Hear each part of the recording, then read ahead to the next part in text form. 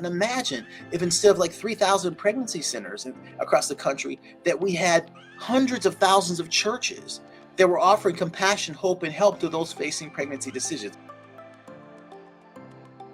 Hello, friends. Welcome to another insightful episode of FrontStage BackStage. I'm your host, Jason Daye. Each week, I have the privilege of sitting down with a trusted ministry leader, and we dive into a topic to help you and pastors and ministry leaders just like you thrive in both life and leadership. I'm really looking forward to today's conversation. I'm sure you all will enjoy it as well. Today, I'm joined by Roland Warren. Roland is the president and CEO of CareNet. He's an author of a number of books, including his latest entitled The Alternative to Abortion.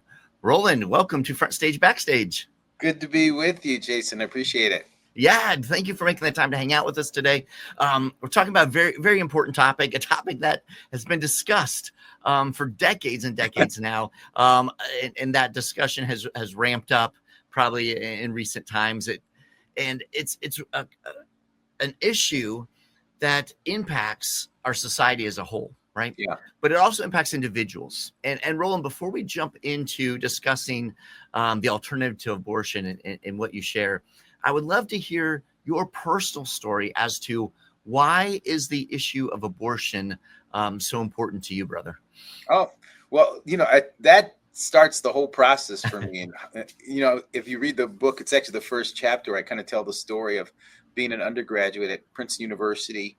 And my junior year, I got my girlfriend pregnant. She was a sophomore. I was a junior. And she went to Student Health Services to get the pregnancy test and got the test done.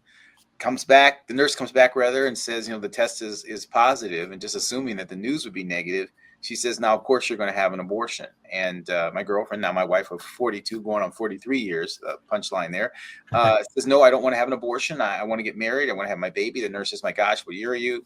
You're a sophomore. Oh, my gosh, how are you going to graduate from Princeton with the baby? What do you want to do when you graduate? Well, I want to become a doctor. My gosh, how are you going to become a doctor with the baby? Doesn't seem like it makes a lot of sense. Doesn't seem like the smart choice, and really persisted there. And so, Yvette comes back to the dorm, I'm sure, and we talk about it, and we just move forward with the plan, and we got married. So I was 20, she was 19. We got married by justice of the peace with a couple of students there with us, and she went on to graduate from Princeton, not with one baby, but with two, because it's Ivy League, you got to overachieve. So, so why do it with one when you could do it with two? But, right.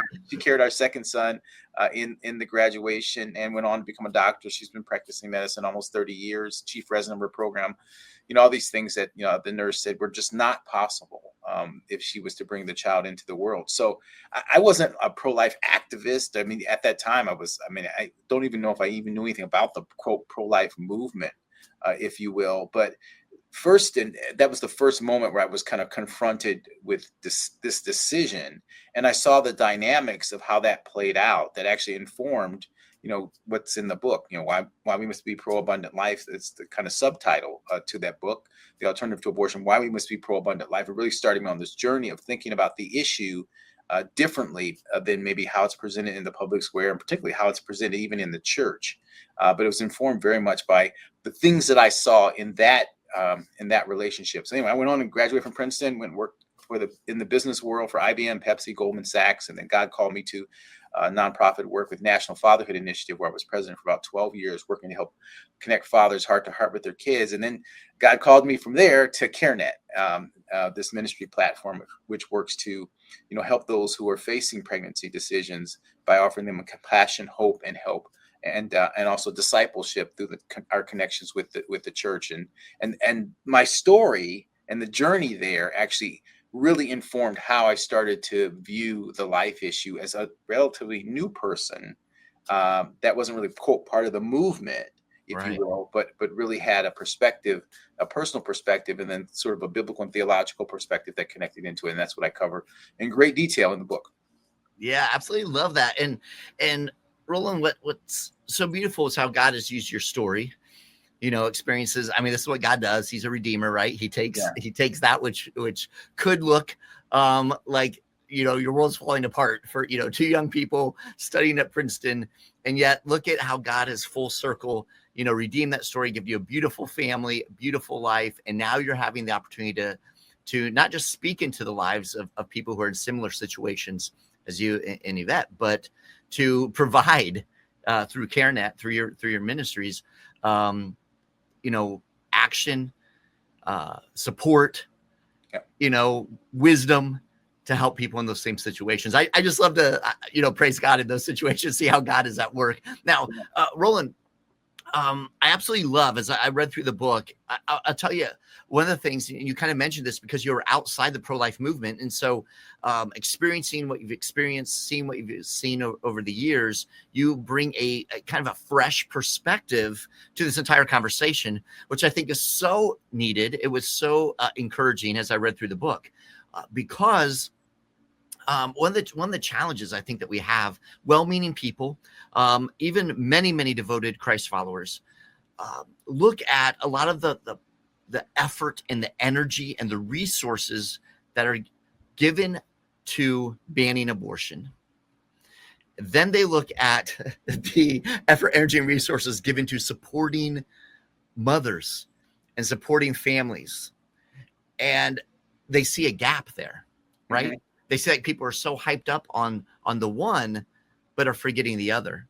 And so with this perspective that you have of the pro-abundant life, how does that address sort of this gap that a lot of people, myself included, wrestle with, right? Yeah, no, it's a legitimate question. And, everything starts with why, right? So when I came, I started to say, okay, what is this work about? And one of the things that God downloaded into my brain early on was this perspective of being not just pro-life, but pro-abundant life. And it's based on John 10:10, where Christ said, I came that you might have life and then have that life abundantly. And so I really started to dive into that passage. And I was like, what is Christ? I'm like, what's he really saying here? Because this is important, because this is his why statement. This is like, why are you here? Right? I'm here so that you might have life and have it abundantly. And when you look at that passage in the Greek, he's really talking about two types of life. He's talking about physical life, which is, we get the word bios, or biology, if you will, from bios, which is physical life.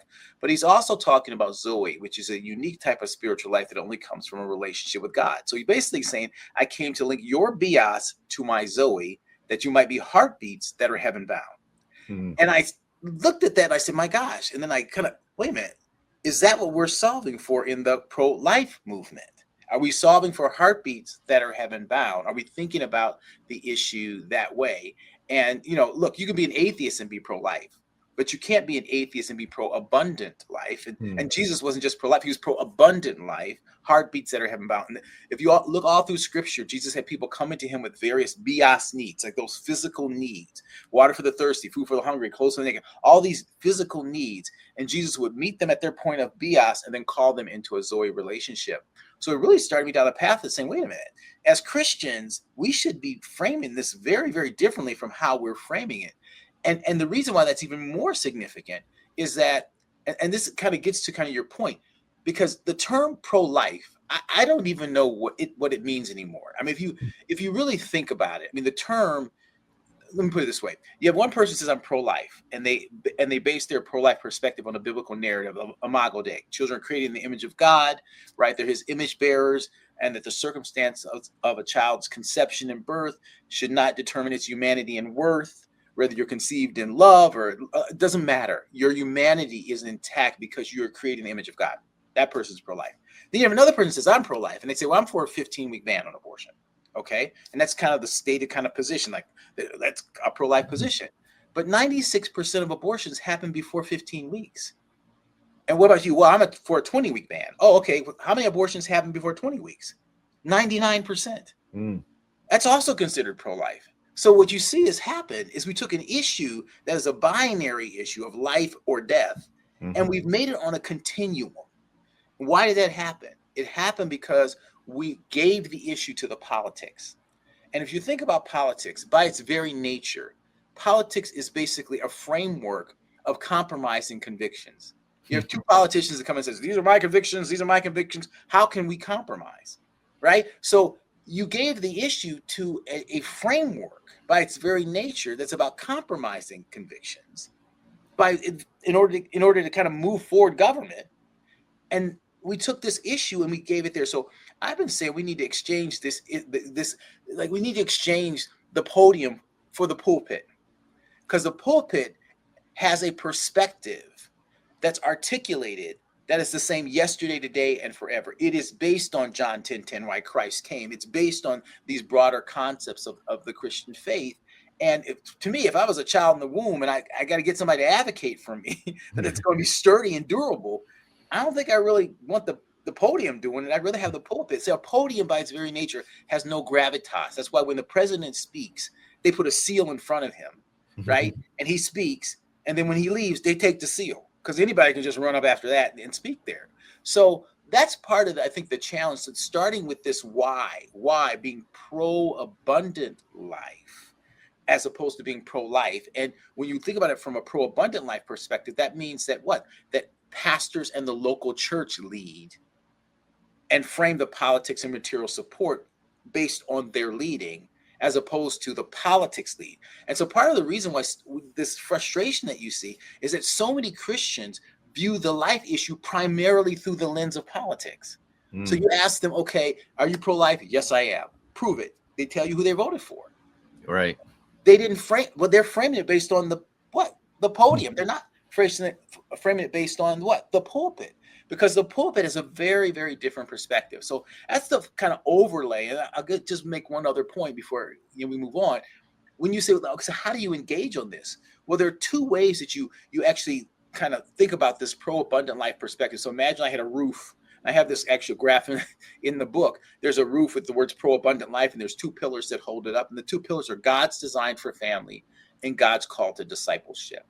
And in God's design for family, what you actually see then is actually all that support mechanism that you're talking about that moves you beyond just a political narrative, right? It moves you beyond that. And you start looking at this issue the way that God kind of framed it, because the most celebrated unplanned pregnancy in human existence is the birth of Christ. From a human perspective, Mary's pregnancy was unplanned. Hopes and dreams for her life that did not include a child at this time and in this way, right? And what did God do in that case? He didn't give her a baby daddy and a government check.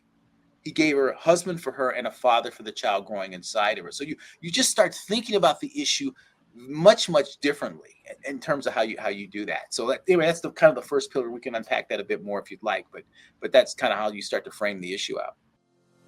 Hey friends, just a quick reminder that we provide a free toolkit that complements today's conversation. You can find this for this episode and every episode at pastorserve.org/network. In the toolkit, you'll find a number of resources, including our Ministry Leaders Growth Guide. This growth guide includes insights pulled from today's conversation, as well as reflection questions, so you and the ministry team at your local church can dig more deeply into this topic and see how it relates to your specific ministry context. Again, you can find it at pastorserve.org/network.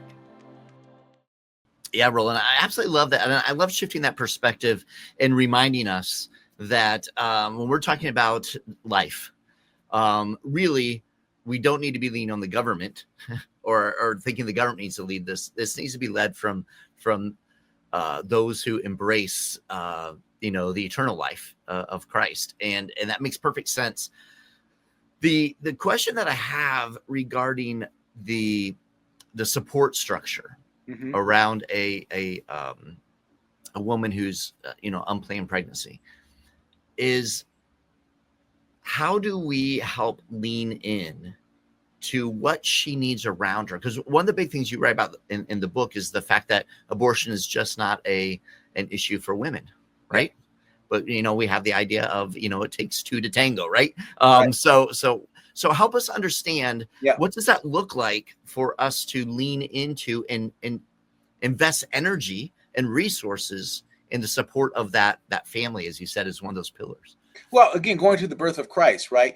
Mary faced an unplanned pregnancy from a human perspective. Her dilemma was the same dilemma that my wife had. The way she got pregnant was different, but the dilemma was the same, right? She had hopes and dreams for her life that did not include a child at this time and in this way.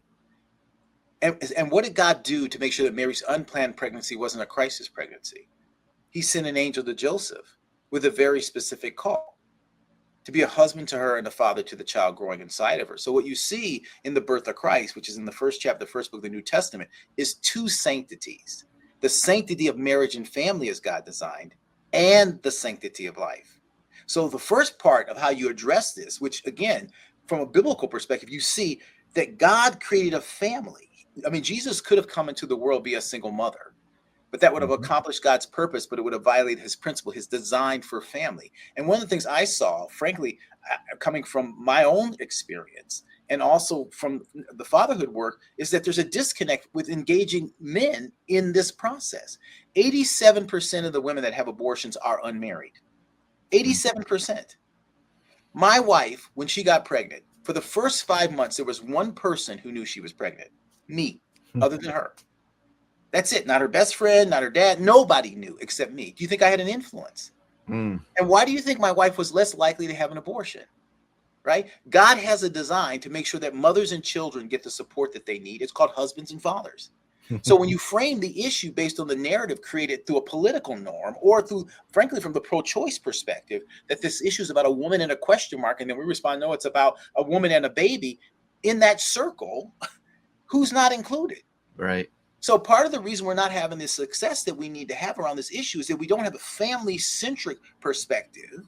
We don't engage the guy in the same way that God engaged Joseph. Went to him, an angel to him, to be a husband to her, a father to the child growing inside of her. And when Mary was at risk and Jesus was at risk because Herod wanted to kill her, who did he go to? Joseph, to provide and to protect. Are we doing that? No. That's a biblical narrative, a biblical way of looking at the issue. So the very first thing is we've got to do a better job of actually engaging the guy in this process. And I can tell you from firsthand experience, the reason why my wife was less likely to have an abortion is because she got the call that she had to tap into her inner Mary, and I had to tap into my inner Joseph. And when that happened, guess what happened? We built a family, right? And we never faced another unplanned pregnancy. And the other problem that you have is that if you don't frame it based on these institutions that God's designed, you see her back again. Second baby, third baby, 3 different guys, 4 different guys. We see it. Right. That's not transformational. That's transaction. But, oh, by the way, that's all pro-life because she brought the child into the world. But that's not pro-abundant life, because the abundant life is transformational, not transactional. Jesus didn't do retail. He met the woman at the well one time. Then he restored her physically, emotionally, spiritually, and socially. Now, in the case where the guy is unable or unwilling to connect there, that's the role of the church. James 1:27 says what? Religion that God our Father finds is pure and faultless, to care for the orphans and widows in their distress. What was an orphan at that time? It was a child without a father. And what was a widow? It was typically a mother without a husband. And so the church has a very specific call to provide the physical, emotional, spiritual, and social support when that husband and father is not there. Now, in that case, the proverbial husband, father, the actual husband, father was not there because he died. In our case, the proverbial husband, father might not be there because he's, instead of him being dead, he's saying to the mother and the child, you're dead to me. So when you view it that way, you say, my gosh, well, we as a church have a responsibility to these cultural orphans and widows, which we call single mothers and their children. Right. And you have to do that early on. A woman is making a decision about abortion from conception to birth. That's where the decision is made. This whole issue is about 9 months and 1 second. If she can't see the support that she needs ongoing, she's much more likely to have the abortion. I have this great chart in the book that really just transformed everything, because I had an MBA, so I had to write a chart. So if you get the book, you'll see it. But it was the thing. It was a big aha, because I drew this chart that basically showed support needed by mothers and children, type of support, and then time, and then this window of conception to birth. And then after birth, there's all this missing support. Well, God has a design for the husband and the father steps in to provide that missing support, which is why 87% of women who have abortions are unmarried. So if you can't solve that, she's much more likely to have the abortion. So we need to engage guys aggressively, like Jesus, like God did. He sent an angel, not a smurf or a gnome, to Joseph. And then when that's not possible, then the church is a very specific call to what? Come alongside these cultural orphans and widows, if you will, and to support them with their physical, emotional, spiritual, and social needs. That piece is what connects the other piece. And I see that through the network of 1,200 plus pregnancy centers we do across the country. But frankly, we have over 350,000 churches. Right. at least half of them are life affirming. Here's the question. If someone is pregnant in your church, right, and they take a pregnancy test on Sunday morning and the test is positive, but they view the news as negative, who are they supposed to talk to in your church? What ministry? Where are they supposed to go? I tell pastors, give index cards to like 5 people in your church and say, give them the same fact pattern and see what they write down. If they don't write down the same person, then you have a problem. But let me tell you something. You hand that card to in a Planned Parenthood meeting, they got the number. Right. So when that happens, the church, the Planned Parenthood, and the abortion provider looks like a more compassionate alternative to the church because we don't have a ministry on-ramp. Right? Because we have a ministry on-ramp for that. So we've outsourced the issue, if you will, to the abortion providers, and we're surprised by this. And the other piece that's also tied to this is that, I mean, this is data that just blew me away when I first started. At the time, 65% of women who, based on Guttmacher's data, 65% of women who had abortions professed to be either Catholic or Protestant. I was like, what? Right. I'm like, this is crazy. Now it's 54%, if you will, 54, 55%. But I don't think it's because less Christians are having abortions. It's because less people are calling themselves Christians. We did a national survey, and we found 4 out of 10 women were attending church at least monthly at the time of their first abortion, and 5 out of 10 men who assisted with abortions were attending church. We have an issue in the church with abortion. Now, just if you start to think through that, you go like, wait a minute. When the whole abolitionist movement was doing its thing, imagine if they did a survey and they said, listen, we're going to get the South because they're doing a slavery thing. But we're going to do just a quick survey to see how many of us have slaves. And it's 65%. Right. Okay, let's go get the South. Yep. Wait. I think Jesus framed that very clearly. The log in your eye versus the speck in your brother's eye. Yeah. See, so we have a log in our eye, which is the abortion in the church. And here's the thing, and this is why the politics won't save us. The premise around Roe being overturned was this. Oh, we're going to send it back to the states, and then the people were rejected. Right? The people were rejected. It kind of reminds me of when we went into Iraq, and we will liberate them, and they'll call us liberators. And what happened, right? Right. 50 years under Saddam Hussein changed the people. 50 years under Roe v. Wade changed the people and changed the church. So when you throw it back to the states, what's happened? Almost every one of the referendums, we've lost. The margin of difference of loss is, guess who? Christians. Pro-choice Christians. Because we took the issue out of the church, gave it to the politics. So anyway, going back to kind of your question, because I know I went off on another little tangent. No, this is good. This is good.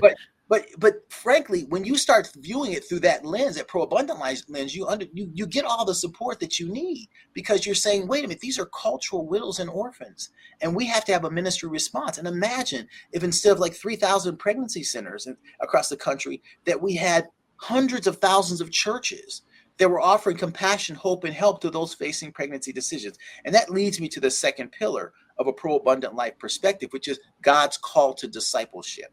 Remember, I said bios.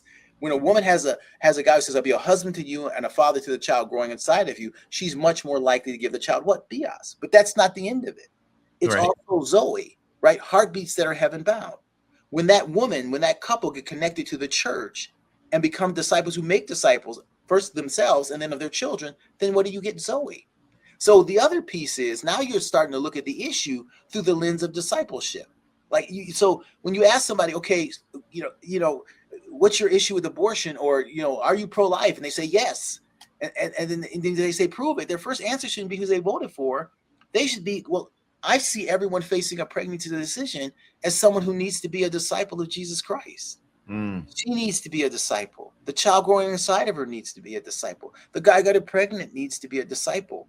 And what I've seen, because we gave this to the political narrative, is that all these other helping things that Christians, good works that Christians do, water for the thirsty, food for the hungry, clothes for the naked, all those things. You never hear a pastor say, I ain't preaching about none of that, because politicians are talking about it. Yeah. But you do hear pastors say, I can't talk about the life issue from the podium. What happened? What happened was we allowed the issue to be framed as a political issue, and that took it out of the pulpit. Right. When in reality, it's water for the thirsty, clothes for the naked, homes for the homeless, right? All of that, food for the hungry. and compassion for the pregnant. Mm. When you frame it that way, that's a pro-abundant life. God's design for family, God's call to discipleship. Now the issue is anchored in the church. It's the call of the church to lead on this issue because it's God's design for family, which the podium certainly doesn't have, and God's call to discipleship, which the podium doesn't have. Only the pulpit has God's design for both of those things and God's call for both of those things. At Pastor Serve, we love walking alongside of pastors and ministry leaders just like you. If you want to learn more about how you can qualify for a complimentary coaching session with one of our trusted ministry coaches, please visit pastorserve.org/free session. You don't want to miss out on this opportunity? That's pastorserve.org/free session. Yeah, that's good, Roland. I'm curious as we look at this, it's super helpful. Thinking from the perspective of a pastor in a local church, food for people who are hungry is not a super polarizing issue. Right. I mean, everyone probably thinks, yeah, people should have food, right? But pro-life abortion is much more polarizing. But it really should not be and is not if you frame it properly. If you frame it biblically. Let me give you an example. Yes, thank you. So there are two bookends in the Christian faith that make us Christians. And our marching orders from Christ. It's two things. And Christianity, for me, is very simple. Living out the great commandment to fulfill the great commission. Right. Two things Jesus said. Great commandment, great commission. That's Christianity. Those two bookends of the Christian faith. So you should be able to find the life issue in there if it's something the church should be involved in. Yeah. Right? Now, the reason why these other issues are considered less controversial is because people view them through the lens of living out the great commandment to fulfill the great commission.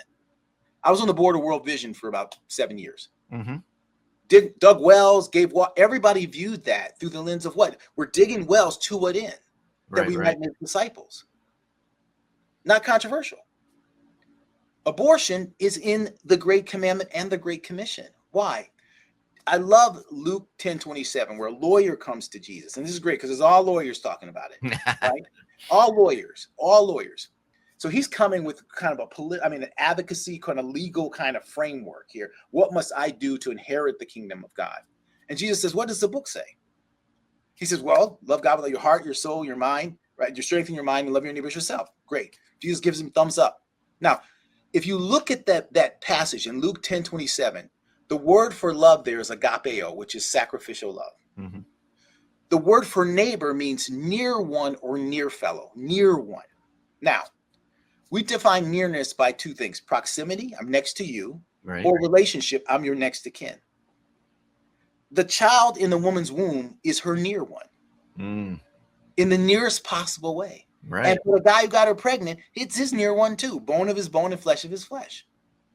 Right? Abortion is a violation of the Great Commandment. No one gets a pass on the Great Commandment. I don't care if you call yourself a progressive Christian or this. I don't put adjectives in front of Christian, but some people do. Red letter Christian, whatever you call yourself. No one gets a pass on the Great Commandment. Now, once Jesus said that, the lawyer was like, "Oh, wait, he just expanded the neighborhood." So the lawyer is trying to reduce the neighborhood. He said, "Okay, who's my neighbor?"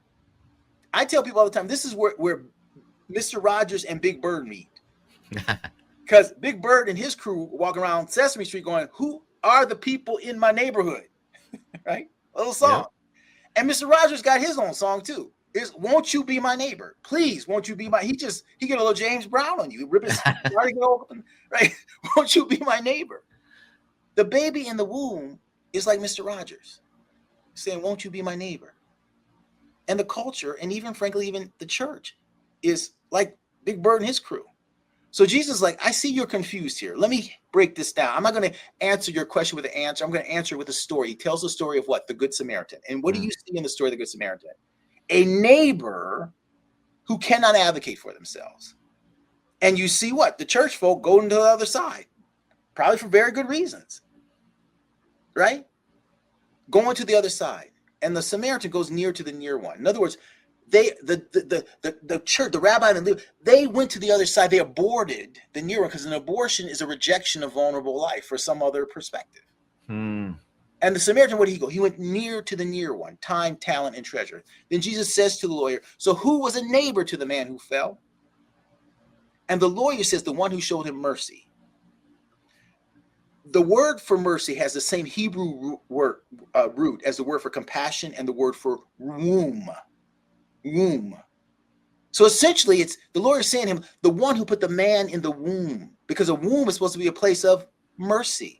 Right. God gives babies one voice, a heartbeat. We listen for a heartbeat. Do we hear a heartbeat? Right? Listen, heartbeat. I believe that heartbeat is God's way of giving the baby the voice that says, have mercy, have mercy, have mercy, have mercy, have mercy. And what does the mother do? She says, I will agapeo you. Any woman who gives birth to a child is living out the great commandment, whether she's a Christian or not. Why? Because she's loving God by loving one of his image bearers. She's loving the image bearer. And frankly, she's loving herself. There are three loves: love God, love neighbor, as self. Three loves. She's loving herself. Why? Because when you abort and kill one of God's image bearers, you create antipathy between you and God. So when you think about it that way, you say, oh my gosh. See, the reason why these other issues are not controversial is because they're viewed through the lens of the great commandment. Yeah. What we've done is we've created a neighborhood that excludes the most vulnerable, which is the exact story of what Jesus was talking about to the lawyer. Now, it's also a violation of the second bookend as well, which is the Great Commission. What is the Great Commission? To go and make disciples and teach them to obey all that Christ taught. Right. If you're a parent, who is your first discipleship community? Your children. Right.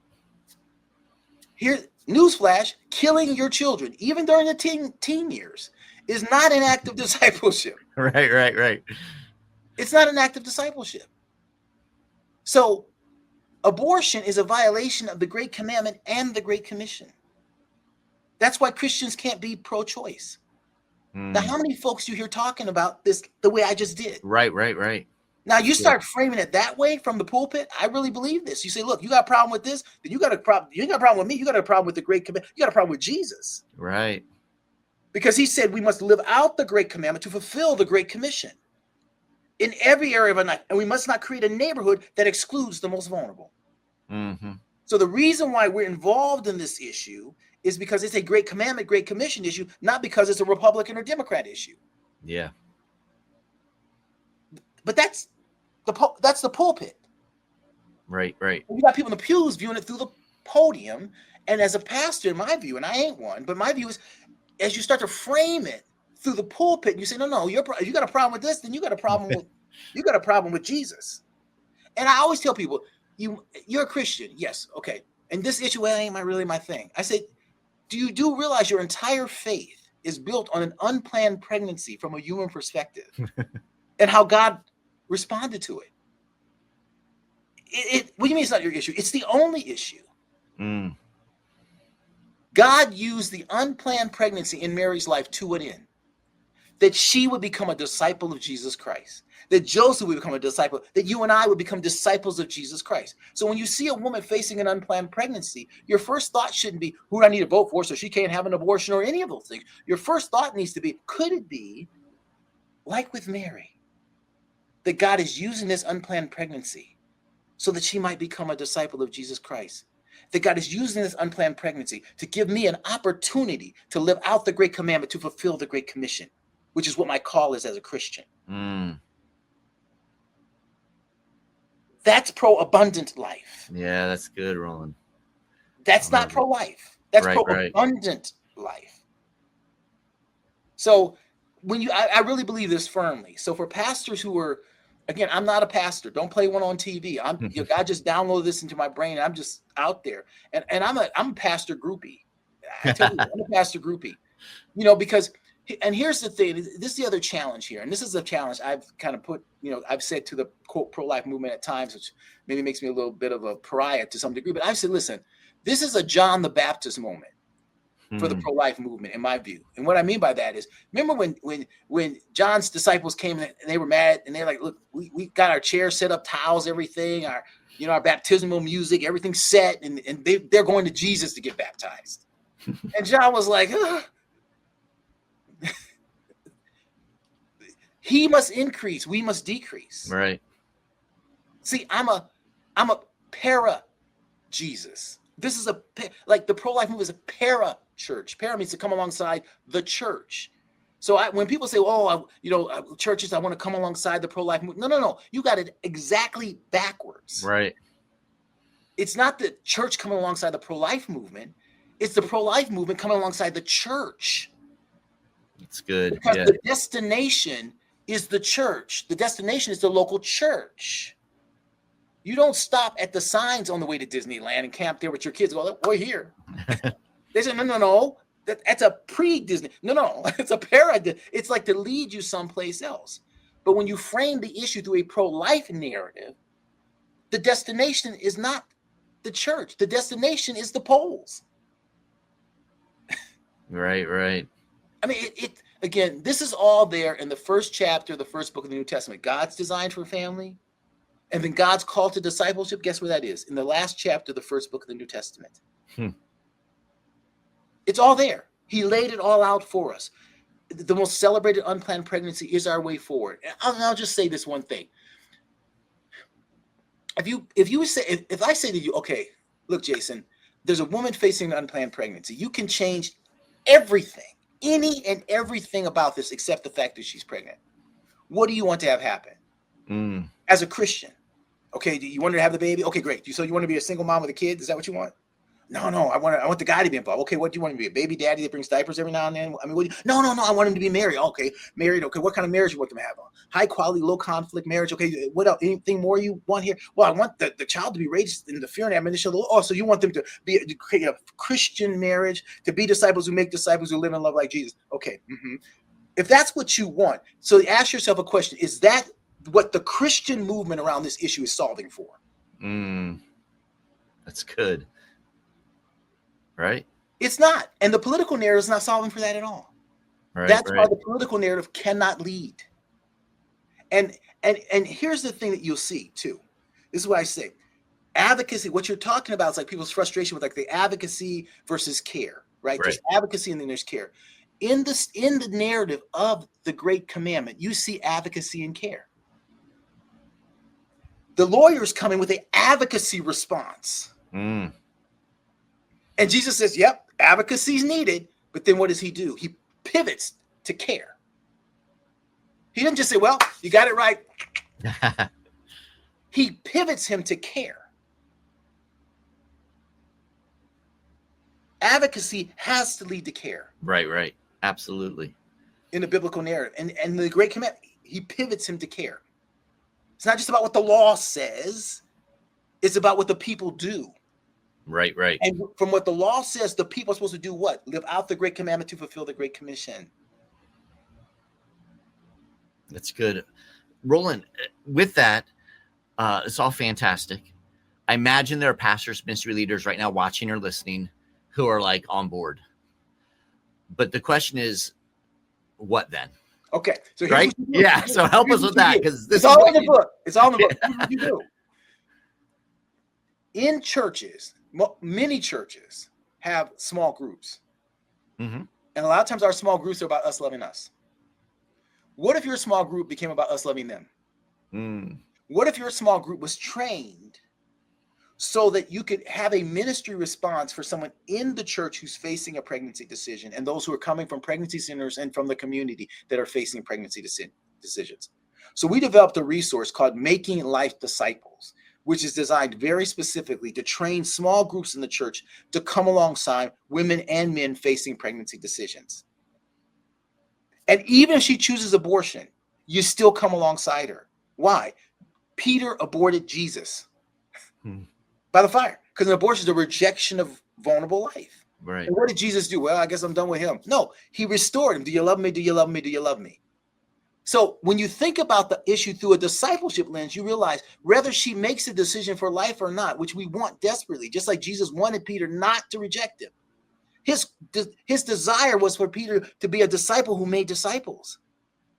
And that failure that Peter had was what motivated him in his pursuit of the Great Commandment and the Great Commission.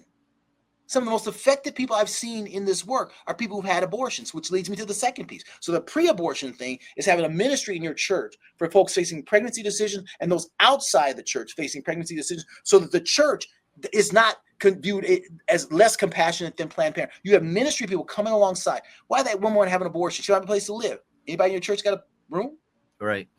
Why is the guy running? He never had a father, terrified of fatherhood. You've been a father for how many years? Will you mentor that couple? Will you mentor that guy? You've been married for how many years? They've been living together. They don't even know what a Christian marriage looks like. Will you mentor them? Help them build a marriage? This is what the Making Life Disciple team does. It comes alongside so the person transitions from a pregnancy center, from the culture, to the church for ongoing support and discipleship. That's all the pre-abortion stuff, but there's the post-abortion stuff too. We've had so many women and men in the church sitting in pews today who have had abortions. They're just like Peter. He went back to fishing. He didn't feel like he could even engage anymore. They're sitting there going, I can't engage in this issue. How can I vote pro-life when I did that? We have ministry specifically to help them be forgiven and set free. Forgiven and set free is a ministry we have for women who've had abortions, and then Reclaiming Fatherhood is a ministry we have for men who participate in abortion. So that's pre-abortion and post-abortion. And all of those people are mobilized, right? From a pro-abundant life perspective, not just about saving the baby, but building a family and building disciples. That is the call and the work of only one institution on this planet, the Church of Jesus Christ. So again, a lot of that stuff I cover in my book. You can go to CareNet's website, which is care-net.org, to learn more about that. You can go to makinglifedisciples.com to learn about the Making Life Disciples ministry. I'm a business guy by training. Inspiration must be linked to action, because inspiration is like perspiration. It dries up. There's no action. So if you heard this and you're inspired, take action. Take biblical action. And again, these are part of the things to do that. But the first thing, even before you get there, you've got to talk about the why, because it's like the movie The Matrix. People have been plugged in for so long. They still think that you got the great glasses and the cool clothes, and you unplug them. You say, oh my gosh, we're naked. That's what Roe did. It unplugged us. Some folks said, let me get back plugged in. I don't even want to see that. But until you get unplugged and stay unplugged and start moving in that way, that's when they got the victory, right? That's when they got the victory in the movie. You see things for what they truly are. So to me, that's the next step. That's the next step. I lay out all that stuff in the book, and obviously finding CareNet is the way to do that. But yeah, I walk through all of that in detail. Pretty much everything I've said, if you read the book, is in there. Absolutely. So, and I absolutely love this, Roland. And I think this is an incredible resource, The Alternative to Abortion, your most recent book. You do lay all of this out. One of the things I really appreciate about the book is you also have these frameworks, these different frameworks that people bring and questions that people have, and kind of positions that people take in a way to address those from kind of a gospel-centric view, which I absolutely love. Incredible resource. You have a ton of resources through CareNet, as you mentioned. We will be sure to link, for those who are watching or listening along, you might be driving. We'll in the toolkit for this episode, we'll have links not only to Roland's book, The Alternative to Abortion, which lays all of this out in a great way, and how you can really embrace this with your local church pastors. And really, really lean into this. But also we'll have links to CareNet and the other resources that websites and resources that you have, because you guys at CareNet offer so much to the local church. Like you're saying, we're not just telling the local church. That's what I love. We're not just telling the local church to go do these things, but we've put a lot of energy and effort and resources and prayer and thought into helping local churches do these things. You're not on your own. CareNet is here to help you do that. Right, brother? And that's absolutely right. And one of the illustrations I use with people often is, if you've ever been to a wedding, you're at a wedding, the bridesmaids are there, the groomsmen are there, the groom's there, pastor's there, sister's hitting the keyboard, the bride's not there. And sister's hitting again, pastor's again, like, bride ain't coming down the aisle. You never see a pastor turn to the maid of honor and say, step in so we can keep this thing moving. There is no wedding without the bride. Mm-hmm. See, people have been trying to replace the bride. You don't replace the bride. You assist the bride. If the bride ain't there, find out she ripped her dress or left her shoes in the car. You assist the bride. So people have been trying to replace the bride. That's not why we have not had the success. the bride. Jesus is not coming back for a political party. He's coming back for the bride. Right. When the bride is leading on this issue, then we'll have the transformation that we need. And the politics and all that stuff, it'll all look. People who say, well, politics are downstream from, culture is downstream from, politics are downstream from culture. Great. But culture is downstream from what? Religion. Mm-hmm. Morals. Right? That's, I think John Adams said that our constitutional system is designed for what? A moral and religious people, and wholly inadequate for any other. What's he saying? Politics is downstream from culture, and culture is downstream from the church. If we haven't learned that from the vote that we've seen on these referendums, and I don't know what else to tell you. Right. You lose the pews, you lose the polls. You lose the pastors, you lose the pews. So if you want the polls, you actually got to get the pastors to get the pews. When you're dealing with a moral issue, so all of its inner, it frames it properly. So the bride, that's why I say I'm a groupie. I'm a pastor groupie. The pastors, my role is to assist the bride in any way, shape I can. And Karen, as a ministry, our role is to assist the bride in the same way that a paralegal assists the lawyer. Yeah. But the paralegal never owns the client relationship. Women and men facing pregnancy decisions are members of churches that just don't know it yet. Mm. We want to assist the bride. We want to assist the bride, not replace it. I love that, brother. I love that. Love that. Your posture there, brother. And again, we will have links to the book. We'll have links to CareNet, to their ministries, to their resources in the toolkit at pastorserve.org/network. Real quickly, as we close down, Roland, words of encouragement you'd like to leave with pastors and ministry leaders. Yeah, I would encourage pastors, just don't believe the hype, the culture, any of that. And really, I just encourage pastors, we need you to lead. We need you to lead, because if you don't, the people perish. And that's what's been happening. So we need you to lead. Amen, brother. Thank you so much for making time to be with us, Roland. Appreciate all the work you're doing at CareNet, brother.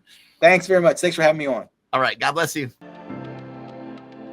Here at Pastor Serve, we hope you're truly finding value through these episodes of FrontStage BackStage. If so, please consider leaving a review for us on your favorite podcast platform. These reviews help other ministry leaders and pastors just like you find the show so they can benefit as well. Also consider sharing this episode with a colleague or other ministry friend. And don't forget our free toolkit, which is available at pastorserve.org/network. This is Jason Daye, encouraging you to love well, live well, and lead well.